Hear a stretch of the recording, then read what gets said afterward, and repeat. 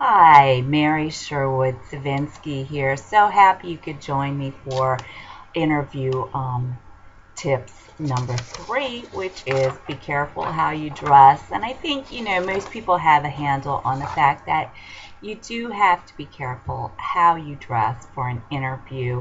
I think they don't know how careful they need to be about preparing their outfit and choosing what to wear. And it really can go beyond just thinking about it. You really want to take some steps to make sure that the outfit that you've selected is going to be appropriate on the day of the interview, that it's going to fit well, you're going to feel good. You don't want to get into the interview and be worried about your clothing. You want to be worried about sharing all of your good skills and abilities that are going to impress an employer. So before we get started, let me share a little bit about myself. I'm an occupational consultant. I have my own company, Professional Rehabilitation and Occupational Services. Mostly I do online work. I do some in-person work for workers' compensation as well.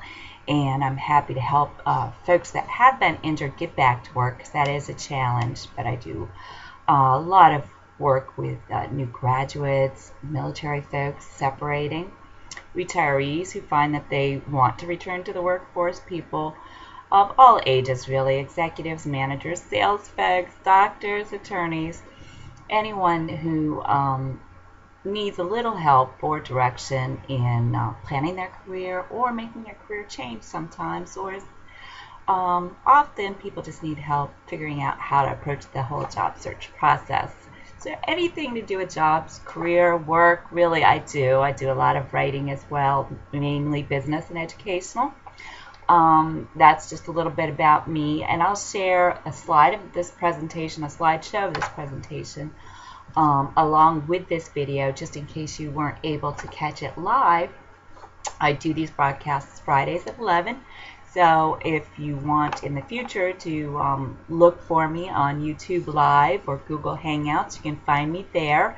Mary Sherwood Savinsky, Job Search for the Rest of Us is the name of the channel. And hopefully you find the information that I'm sharing with you helpful. I'm sure you will. Also, I've included some links for ways to get in touch with me if you need further help or you don't feel comfortable asking questions online. I did get some questions in advance, so if I have time, I'll address them after interview tip number 3. If you saw interview tip 1 or 2, you might have heard that I get a lot of questions on interviewing, so I decided just to turn the whole thing into a series and answer the questions that I've already gotten on interviewing, but I do get other questions as well. Just a whole lot on interviewing, I guess. So you'll find some links to contacting me and accessing additional resources that are free for you in the SlideShare presentation that I'll share with the video. So let's go ahead and get started and talk a little bit about how to pick an outfit that's going to be good for you and be comfortable for you to wear. And I know it really seems like common sense for me to say, oh, you should wear comfortable, suitable clothing, of course. But I think probably all of us have had the occasion, if not, we certainly know someone who has gone out, purchased the perfect outfit they're just in love with, and it maybe is for a special event, a wedding, something of that nature, and they try it on. It fits great in the dressing room. 2 weeks later at the special event, they spend the entire evening tugging and pulling and adjusting, going to the restroom, and just in general futzing and trying to be comfortable. This goes for men as well as women. Women talk about it more, I think, but it goes for men. Men like to look good and feel comfortable with what they're wearing as well. So I think it goes for all of us. A lot of times, it just turns out that perfect outfit wasn't the outfit of our dreams that we thought it was going to be. But there are things that you can do to make sure that it does turn out well on the day of the interview, and that the outfit that you picked out is going to work well, and you're not going to have to fight with in order to be able to get through the interview. The last thing you want to do is to worry about what you're wearing. You don't want to be adding anything to your nervousness, that's for sure. So one major thing that you can do is to go to the actual location, the work site. If you're not familiar with the employer, go and visit him in person. If it's a public place, go inside, see what people are wearing, try to take note of anything that might help you in selecting an appropriate outfit. You want to kind of mimic what you see there, but maybe bump it up a notch or two, certainly. If you can't get in, it's not a public place, you can kind of hang out in the parking lot. It won't take you too long at quitting time to see what folks are coming out in. It may even be a uniform setting. I don't know what you'll find, but it's important that you know, because it may give you a clue of how the people there dress. You know, are they very conservative? Are they very casual? And you want to take that into account when you're selecting your outfit. It won't take you very long. Trust me, in the parking lot, you won't be in danger of getting arrested or anything like that. But do your homework and check things out and see what other people there are wearing. Do the women wear mainly skirts, all skirts perhaps? Does there seem to be a dress code? That kind of thing you can often figure out when you go in person. It's a good idea anyway to go in person to see what the culture is like, and to make sure that you're going to find the location well. We'll probably talk about that in another interview tip, but it's well worth the time. Think ahead. You know, once you have an idea of what their dress and setting is like, think about your personal style and then kick that up a notch, because you want to really look good. You want to feel like you're special, and you want to look special. You want to look like you took your time and are presenting in your best possible light. You don't want the employer to get the impression that you're not putting your best foot forward, that you don't really care what you look like. If you don't care what you look like, perhaps you won't care what kind of job you do. And that's the last thing that you want an employer to think if you're looking for work. So take the time to take into account what you've seen at the employment setting, what your personal style is, what kind of things you like, and then do kick it up a notch. Now, almost invariably, men will ask me, do I really have to wear a suit? And I understand. I do, especially if you're not used to wearing a suit and a tie. But I think even if you're a tradesman or somebody else doing hands-on work, you really need to, at the very least, wear some slacks, dockers at least, a button-down shirt, and a sport coat. Maybe you don't need a tie for the type of position that you're applying for.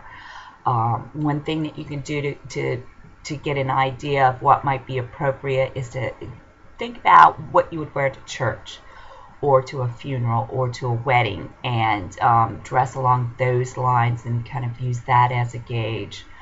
But again, lean heavily towards what the folks are wearing. If it is all uniforms, though, minimum dockers, a button-down shirt, and a jacket.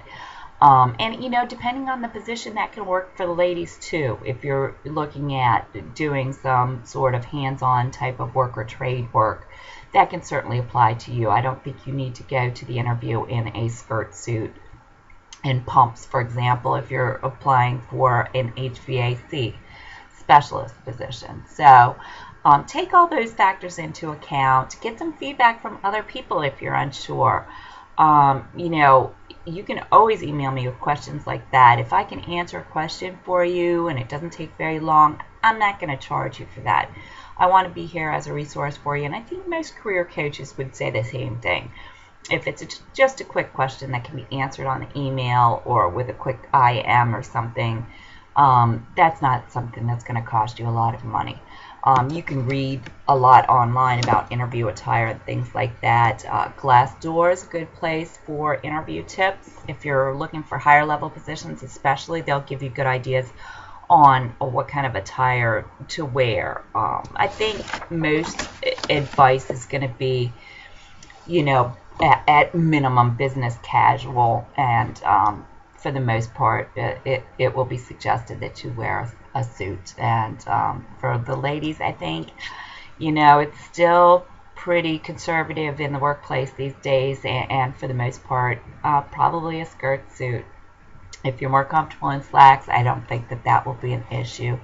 But if you have a skirt suit, put on a skirt suit. And I know the hose are often an issue, and you want to make sure that that they're fitting well as well, and that you're going to feel comfortable in them. So that might take a bit of practice.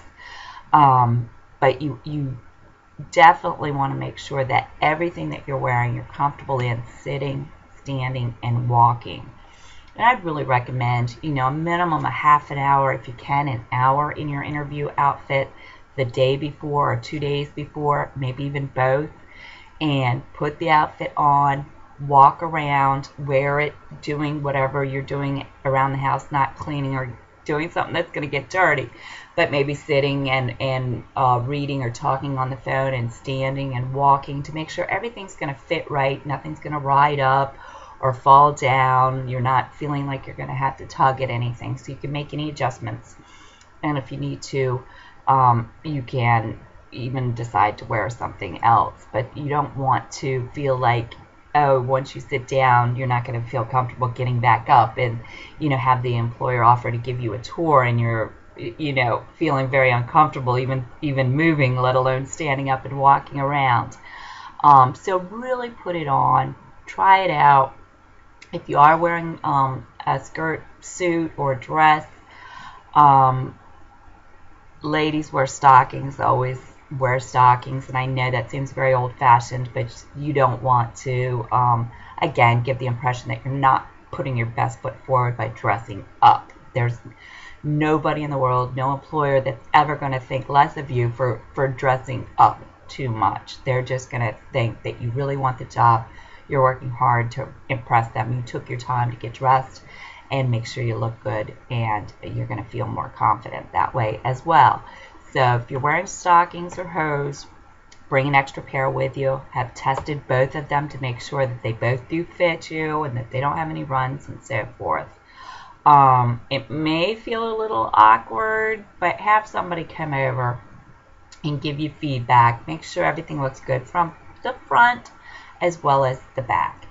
You don't want to be worried, is your slit too high in your skirt in the back, or, does your butt look too big? I mean, silly things like that we kind of take for granted and kid ourselves about, or each other, are really things that can take away from your interview and your presentation. If you're worried about these things, something's too tight or too loose, you're not going to do your best during an interview. And you want to do your best, because this is important, especially if you really need a job, if you're unemployed and you just really need to get back into the workforce. You don't want to take that for granted. So do your best and really work at getting ready, and make sure that everything is fitting you well, and you're going to feel comfortable, and that you get feedback that you look good, because that'll help you feel more confident too.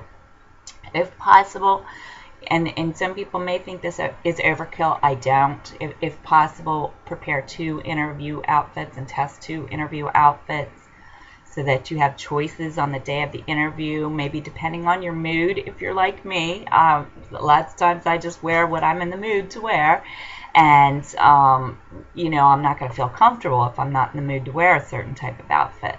So that's one factor. The other factor to consider when you're selecting your outfit and your backup attire is weather. It may be raining on the day of, and if it's sunny, you might wear a dress or a skirt, and if it's raining, you might choose to wear pants and a suit jacket or something.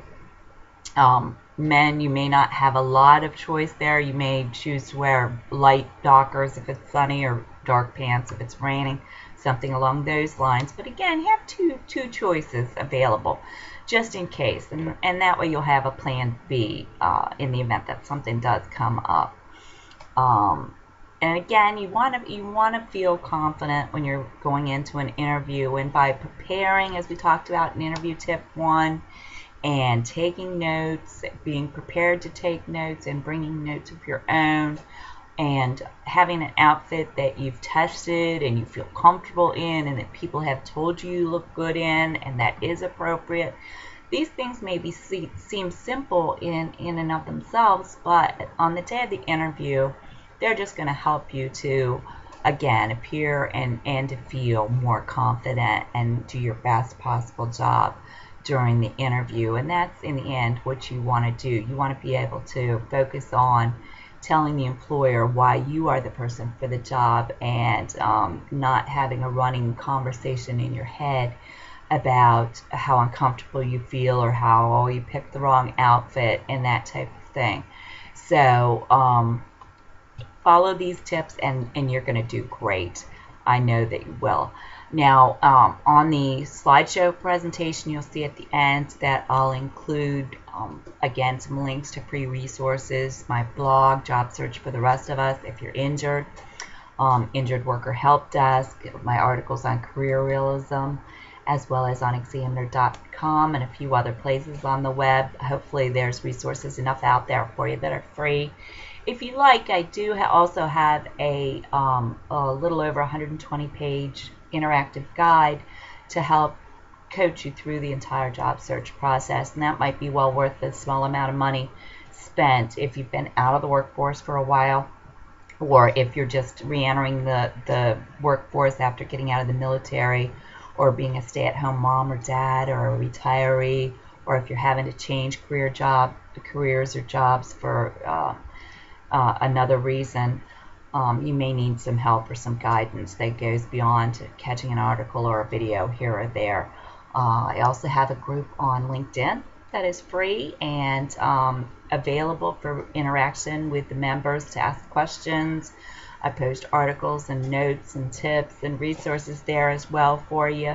So please do take advantage of the free resources that I offer. I really try hard to provide a lot of stuff free for you, but I'm happy to do resumes and career coaching and things along those lines for you as well. I do LinkedIn profiles if you need help there too. So again, I'm happy to talk with you about any paid services in addition to any of my other free resources and so forth. Well, I hope you appreciated the time that we spent here together on this interview tips number 3, and we'll have interview tip number 4 again next week, of course. I think we still have time to answer some questions that I did get via the email that weren't necessarily related to interviewing, and we'll just go ahead and touch on some of those questions and see if maybe you find them helpful too. And this particular question I do get pretty frequently, and I'm a little surprised by it. But you know, I guess it's hard to keep up with the changes in the job search process and how employers are handling things. A lot of people will ask me, you know, can I ask why I wasn't hired? Is that appropriate? Is that allowed? And absolutely you can ask and should ask. You want to do it kind of carefully. I mean, you don't want to be belligerent or defensive or anything like that. But ask for feedback. Ask in a way that communicates that you'd like to improve on however you didn't do during this interview, or in the application process somehow. If you can get a better idea of any changes that you can make that will help you do better with another employer, or perhaps you're missing a skill that you can acquire that might make you a more appropriate candidate for this type of position, or even with this company in the future should they have another similar opening, or, as often happens, the candidate offered the job may not accept. They may accept and are not the person or doing the job that the employer thought that they would be or do, so they may get let go in the month or 2 after their hire, or they may have had several interviews all at the same time and taken the first offer only to get a second or third offer that they end up deciding to leave very quickly that new job, which may open up an opportunity for you. And if you've gone the extra step to ask the employer, you know, what you can do to improve, that's going to really impress them, and they're going to want to keep you on file and keep track of you and give you a big plus mark somewhere there on your resume and your file, so that they will come back and check on you because you cared enough to check back with them and ask them how you can improve. That shows that you can accept positive criticism and that you can improve on where you are, and that you're really very interested in doing the job, and that you're going to be the kind of employee that they want to hire. So that works in your favor in a number of respects. So absolutely ask, why you were not hired. That does work in your favor more often than not. Let's see. What questions do I need to answer on a job application? Well, the short version is you need to answer all of them. Do not ever leave any blank spaces on an interview. That's the last thing you want an employer to do, is to think that you're sloppy or that you don't care or that you're lazy, and that's why they're going to assume you didn't answer a question. So do not leave any space blank on an application. Fill in everything. If it doesn't apply to you, put in N/A, not applicable, meaning that you've read it, it doesn't apply to you, and leave it at that. So just be very careful, and I'll just add this on too. It's kind of related to the whole filling out an application. Never ever write just "C resume" on the application. It just shows that the employer that you don't care or that you're lazy, or even haughty. They may consider you arrogant if you do that. They ask you to fill out an application because they need you to fill out an application, whatever the reasons are, and they could be many. Just so you know, usually it's to standardize the hiring process so that they have the same information from all of the applicants, and they can look at it and compare apples to apples, oranges to oranges, and to help the human resources person or the hiring manager be able to find all the information.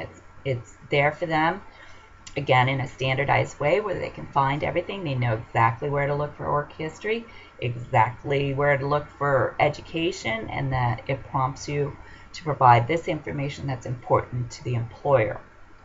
So you want to make sure and complete it, even if it's redundant with your resume. That having been said, do go ahead and include a copy of your resume, because it does give additional information that maybe isn't asked for on the application. So if you can, also include even a cover letter for the same reason, because you can include other information on that than you can on an application or even a resume. So if you can submit a cover letter, application, and resume, that's ideal if the employer is looking for an application. If they're not, don't worry about it. A cover letter and a resume are just fine. But if they are requiring an application, complete it fully. And I do realize that the online applications can get a bit lengthy and tedious and are wrought with their own types of problems, such as shutting down, not allowing you to progress on when you should be allowed to progress on to a different section, and so forth. So I know it's not easy, but do take the extra steps to follow the employer's process, because that's what they're going to be looking for you to do in order to be able to consider you. If you have a problem completing an online application, try to communicate that somehow to the employer.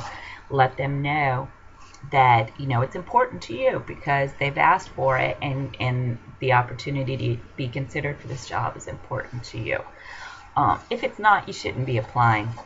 That's the bottom line. If you're on unemployment or workers' compensation and you're applying because you have to or you've been told, save your breath, save your paper, save your unemployment counselor or your workers' comp counselor time and money, and just don't do it, and don't go through the motions if you're not serious about getting work. I believe strongly about that in this country.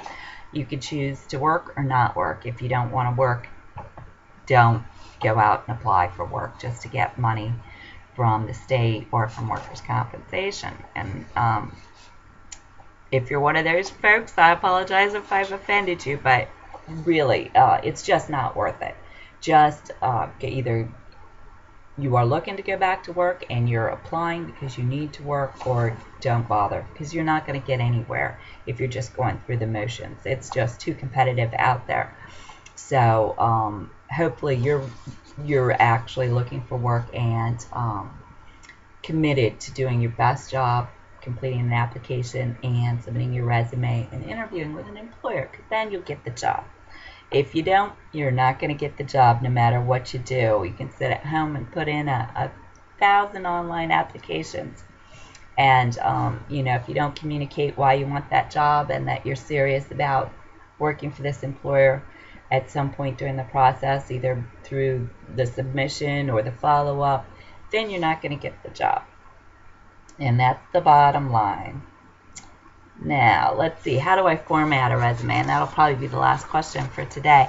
That's a good question, really. I mean, there's a lot of templates out there. You read article after article with advice after advice about how to complete a resume. The bottom line is you should format the resume in a way that's going to highlight your unique qualifications, skills, and abilities, what's going to sell you to the employer, what's going to make you stand out. You always want to be kind of on the conservative side. That's always good advice. You don't want to get too wild, crazy, or artistic. You don't want to use too many colors. You want to have everything standardized in a logical manner. Definitely include your contact information. But beyond that, the section titles and the information in the sections are really fair game. Whatever's going to make you stand out to the employer, set you apart from the other candidates, and make you look attractive to an employer and prompt them to call you for an interview, that's what you should do. And you should feel free to try a number of different things, different ways of presenting your information, different fonts. I wouldn't vary the color too much. Maybe a little blue headers instead of black headers and the rest of it black text. Something along those lines is fine. But really, there are very few rules besides, making sure you have good grammar and being truthful and using a standardized approach and that sort of thing. Just present your information, again, in a way that's going to sell you to the employer and not somebody else, so that you're going to stand out. That's the most important part. Again, this is Mary Sherwood-Savinsky. I'm glad you joined me today. If you did miss this session, it will be posted online for you on YouTube, and I'll include a copy of the slide share as well, so that you have the links that you can access to contact me if you need me, or to access free resources also on the internet. Until next time, take care, and I hope that I hear from you that you got the job. Take care.